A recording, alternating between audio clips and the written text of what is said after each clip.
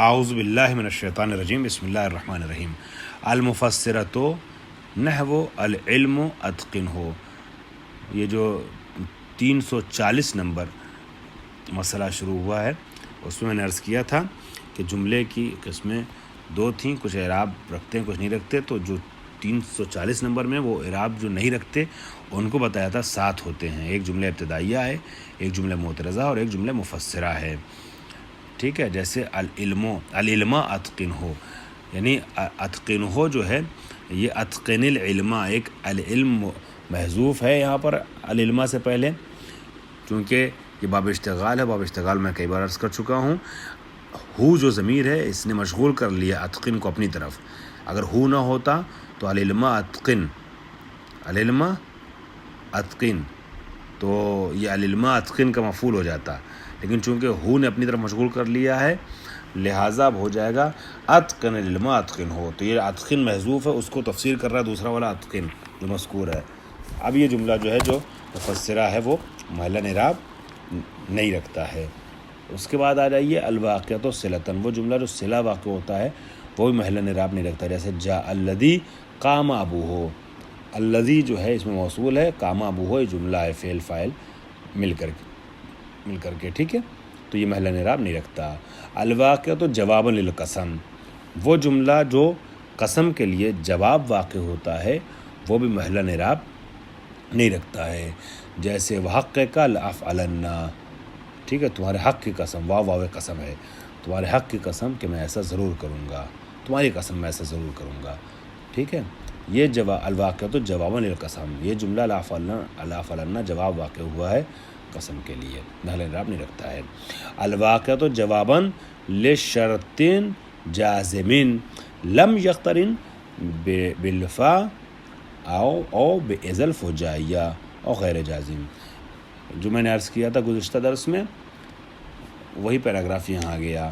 وہ جملہ بھی محل اعراب نہیں رکھتا ہے جو جواب واقع ہو شرط جازم کے لیے، لیکن فے کے ساتھ یا اذا کے ساتھ مقترن نہ ہو، یا تو شرط غیر جازم کے لیے، چونکہ محل اعراب رکھنے کے لیے 2 شرط تھی، ایک تو شرط جازم ہو اور دوسرے فے اور اذا فجائیہ سے مقترن ہو، لیکن جب شرط جازم ہو اور اذا فجائیہ اور فے سے مقترن نہ ہو تب بھی محل اعراب نہیں رکھتا ہے وہ جواب شرط، اور اگر شرط غیر جازم کا جواب ہو تب بھی محل اعراب نہیں رکھتا ہے، ٹھیک ہے۔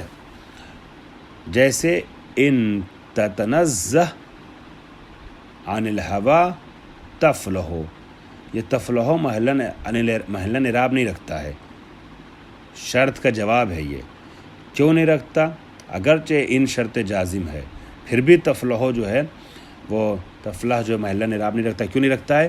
اس لیے کہ فے نہیں آیا، فتفلح نہیں آیا ہے، ٹھیک ہے، فے اور اذا نہیں آیا ہے، فتفلح یا اذا تفلح، ٹھیک۔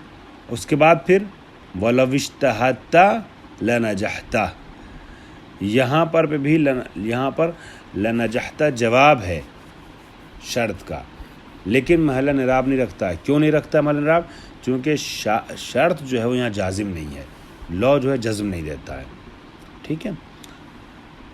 اس کے بعد وہ جملہ ہی محل اعراب نہیں رکھتا ہے جو ایسے جملے کا تابع ہو کہ جو محل اعراب نہیں رکھتا، جیسے التابعۃ، فرماتے ہیں التابعۃ لجملۃ لا محل لها من الاعراب، وہ جملہ کہ جو محل اعراب نہیں رکھتا اس کا تابع جو جملہ ہے وہ بھی محل اعراب نہیں رکھتا ہے، جیسے انقطع المطر وتبددت الغیوم، بارش جو ہے رک گئی اور بادل چھٹ گئے، تو یہاں پر جو ہے تبددت یہ محل اعراب نہیں رکھتا ہے۔ کیوں نہیں رکھتا ہے؟ چونکہ انقطاع پر عطف ہے، اور انقطاع وہ جملے مستانفہ ہے، جملے مستانفہ پر عطف ہوا، محل اعراب نہیں رکھتا ہے وہ، تو یہ بھی نہیں رکھتا۔ اس کے بعد فرماتے ہیں مسئلہ نمبر 341 میں الجملہ، جملہ جو ہے نا، ایک جملہ کبریٰ ہے، ایک جملہ صغریٰ ہے، کبھی صرف مبتدا و خبر مثلا ہے تو یہاں جملہ جو ہے وہ ایک ہی آیا، کبھی خبر بھی جملہ ہوتی ہے، مبتدا اور خبر پر مشتمل ہے. تو مبتدا اور خبر مل کر کے تو ایک جملہ ہی ہے، اس جملے میں بھی ایک جملہ ایک اور چھپا ہوا ہے. تو جو چھوٹا والا جملہ ہے وہ صغرا کہلاتا ہے، اور وہ جملہ کہ جو ایک جملے کو اپنے اندر سمیٹے ہوئے کبرا کہلاتا ہے. فرماتے ہیں الجملۃ الکبریٰ ہی الواقع خبرها جملۃً.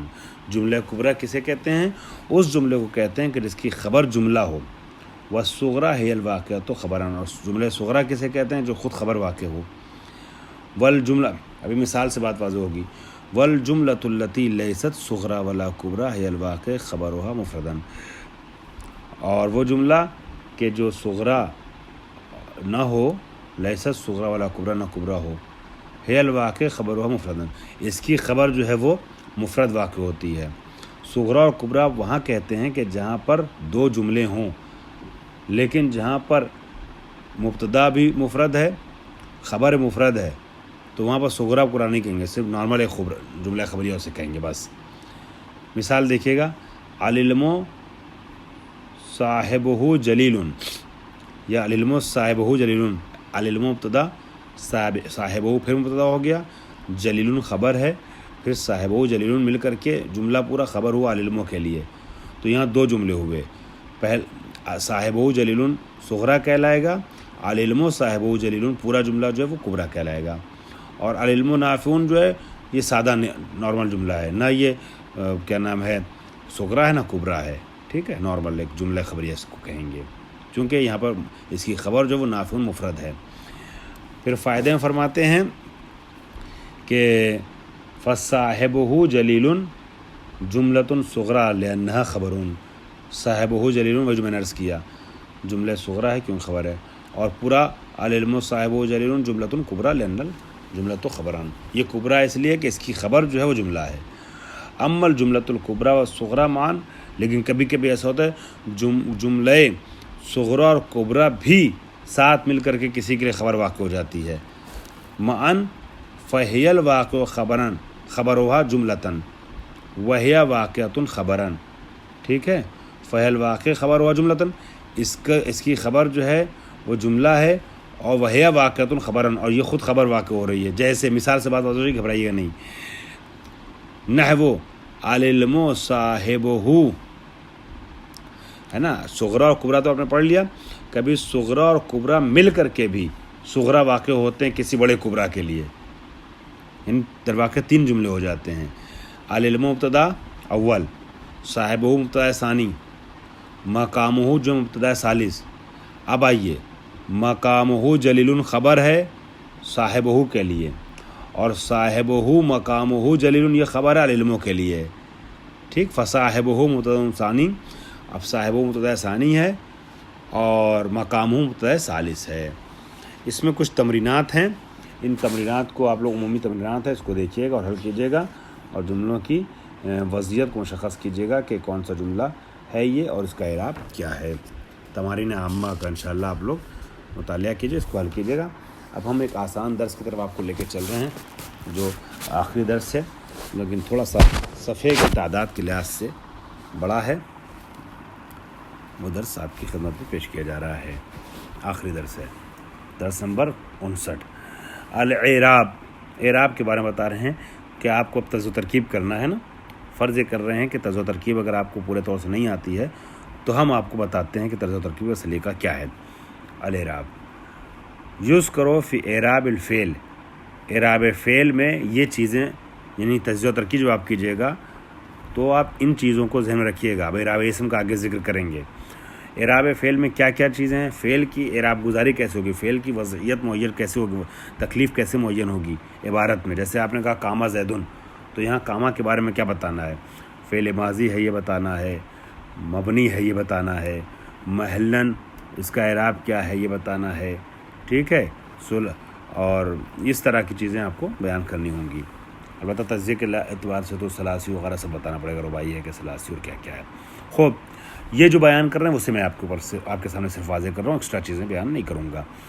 فرماتے ہیں جو چیزیں اعراب فعل بیان کرنا ہے اس میں سب سے پہلی چیز ہے صیغتہ و نوعہ، اس کا صیغہ بیان کرنا ہے، اس کی نوع بیان کرنا ہے، کس قسم کا سے ہے یہ اس کا تعلق. کیا یہ ماضین ہوا ام مضارع ام امر، یہ ماضی کا صیغہ ہے، مضارع کا ہے کہ امر کا ہے، معلوم ہے کہ مجہول ہے، اس کی نوعیت کیا ہے، یہ افعال ناقصہ میں سے ہے کہ افعال مقاربہ میں سے ہے، یہ ساری چیزیں آپ کو بیان کرنی ہوں گی اس کے صیغے اور نوع میں فعل کے اعراب میں آپ کو بتانا ہے یہ مرفوع ہے کہ منصوب ہے کہ مجزوم۔ مجرور کیوں نہیں کہا؟ اس لیے کہ جر جو ہے وہ مختصات اسم میں سے ہے، تو آپ کو بتانا ہے کہ مرفوع ہے کہ منصوب ہے کہ مجزوم ہے۔ سبب اعراب کیا ہے؟ مثلا لم یضرب، لم نے جزم دیا، وہ آپ کو بتانا ہے۔ علامت اعراب بتانا ہے کہ مثلا جو ہے وہ علامت اعراب یضرب و ضمہ ہے، ظاہر ہے یضربو کے طریقے سے، یا مثال کے طور پہ جو ہے یرمی کے طریقے سے مقدرہ ہے، یہ آپ کو مشخص کرنا ہے۔ اذا کان مبنیا، اگر مبنی ہو تو نوع بنا کو بتانا ہے، اور اس کی ظاہری حرکت اس کی ظاہر ہے یا ظاہر نہیں ہے، مقدر ہے، یہ آپ کو بتانا ہے۔ مثلا یضربنا کے بارے میں آپ کو بتانا ہوگا، معرب کے مبنی اگر ہے تو آپ کو اس کے سلسلے میں کوئی گفتگو مشخص کرنی ہوگی، ٹھیک ہے۔ مبنی ہے تو کون مبنی پر فتح ہے، مبنی پر فتح ہے یا مبنی پر سکون ہے یا کیا ہے، ٹھیک ہے، حرکت ظاہر ہے کہ نہیں ظاہر ہے، مقدر ہے۔ اس کے بعد فرماتے ہیں یوز کرو فی اعراب الاسم، اعراب اسم میں ذکر کیا جاتا ہے کس چیز کو؟ یہ تو ابھی فعل بتا رہے تھے، اب اسم میں کیا بتانا ہے؟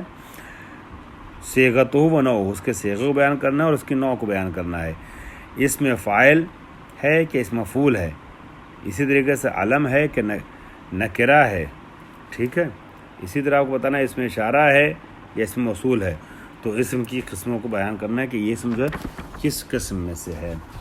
اس کا اعراب آپ کو اس طریقے سے بتانا ہے کہ یہ متصرف ہے یا غیر متصرف ہے، ٹھیک ہے، والمعنی من تصرف ہی، اور اگر غیر متصرف ہے تو کیوں ہے؟ مثلا جمع منتہی الجموع ہے، اس وجہ سے غیر متصرف ہے، ٹھیک ہے۔ تو احمدہ مثلا، رأیت احمدہ مثلا، یہ وزن فعل ہے اور علم ہے، اس طرح کی چیزوں کو مشخص کرنا ہوگا۔ حالتہ، اس کی حالت بیان کرنا ہے۔ امرفوع لأنه فاعل او مبتدا، یہ ان لکھا ہے، یہ او کر دیے گا۔ امرفوع لأنه فاعل او مبتدا، یہ مرفوع ہے اس لیے کہ فاعل یا مبتدا ہے یہ اسم، ٹھیک ہے، یا کچھ، یا فاعل مرفوع مبتدا یا کچھ اسی طریقے سے، اور بھی کوئی حالت پھر اس میں رفع آتا ہے۔ اطلب ابواب المرفوعات، مرفوعات جو بتائیں پیچھے 8 قسمیں، اس میں سے آپ کو پڑھنا ہے۔ مثلا اس میں انا ہے، اس میں کانا ہے، خبر انا ہے، یہ ساری چیزیں آپ کو مشخص کرنی ہوں گی اس میں، ٹھیک ہے۔ اس کے بعد فرماتے ہیں علامت و اعراب ہی، اعراب کی علامت کیا ہے؟ ظاہر ہے اعراب یا مقدر ہے؟ اول قدرہ لکھا ہوا ہے، مقدرہ کر دیجیے گا۔ او حرکت و بنا ہی اذا کان مبنیا، اگر مبنی ہے تو مبنی پر فتح ہے یا مبنی پر سکون ہے، کیا ہے، یہ آپ کو مشخص کرنا ہوگا۔ یوز کرو فی اعراب الحروف ہے، اعراب حروف میں کیا آپ کو ذکر کرنا ہے؟ اس کے جنس، حرف جر ہے کہ حرف عطف ہے، وغیرہ وغیرہ۔ اس کا متعلق بتانا ہوگا، متعلق اس کا ظاہر ہے کہ محذوف ہے نا، زید فی الدار یا زید جلس فی الدار۔ زید فی الدار میں متعلق ظاہر ہے، وہ پوشیدہ ہے، زید یکون فی الدار یا کانا، اور زید جلس فی الدار میں ظاہر ہے، ٹھیک ہے۔ اور مطلق ہے، افعال مطلق میں سے ہے، یعنی عموم میں سے، کانا حصلہ وغیرہ، یا مقید یا فعل خصوص میں سے جیسے جلسہ وغیرہ۔ یوز کرو فی اعراب الظرف، ظرف کے اعراب میں کیا ذکر کیا جاتا ہے؟ اس کے جنس کو ذکر کیا جاتا ہے، ظرف زمان ہے، ظرف مکان ہے، معرب ہے کہ مبنی ہے، ٹھیک ہے۔ اس کے معنی کو ذکر کیا جاتا ہے، کیا علی الماضی یدل ام علی الاستقبال، یہ ظرف جو ماضی کے اوپر دلالت کرتا ہے، مستقبل پر دلالت کرتا ہے، مفرد ہے پر دلالت کرتا ہے یا جملے پر دلالت کرتا ہے، اس کا متعلق کیا ہے، ٹھیک ہے، متعلق ہو یعنی اس کے متعلق کیا بات ہے جو ہوتی ہیں، جڑی ہوتی ہیں، وہ بیان کرنا ہوتا ہے۔ اس کے متعلق جو چیزیں، متعلق نہیں متعلق، اس کے متعلق جو چیزیں ہیں، مثلا اس میں معنی شرط پایا جاتا ہے، ہینما اور کلما وغیرہ کے طریقے سے نہیں پایا جاتا ہے۔ یوز کرو فی اعراب التوابع، توابع کے اعراب میں اس کے جنس کو بتانا ہوتا ہے کہ نعت ہے کہ توکید ہے کہ عطف بیان وغیرہ ہے، اس کے اعراب کو بیان کرنا ہوتا ہے، ٹھیک ہے۔ اب چند جملے میں انشاءاللہ اگلے درس میں بیان کروں گا۔ باخر دعوانا الحمدللہ رب العالمین۔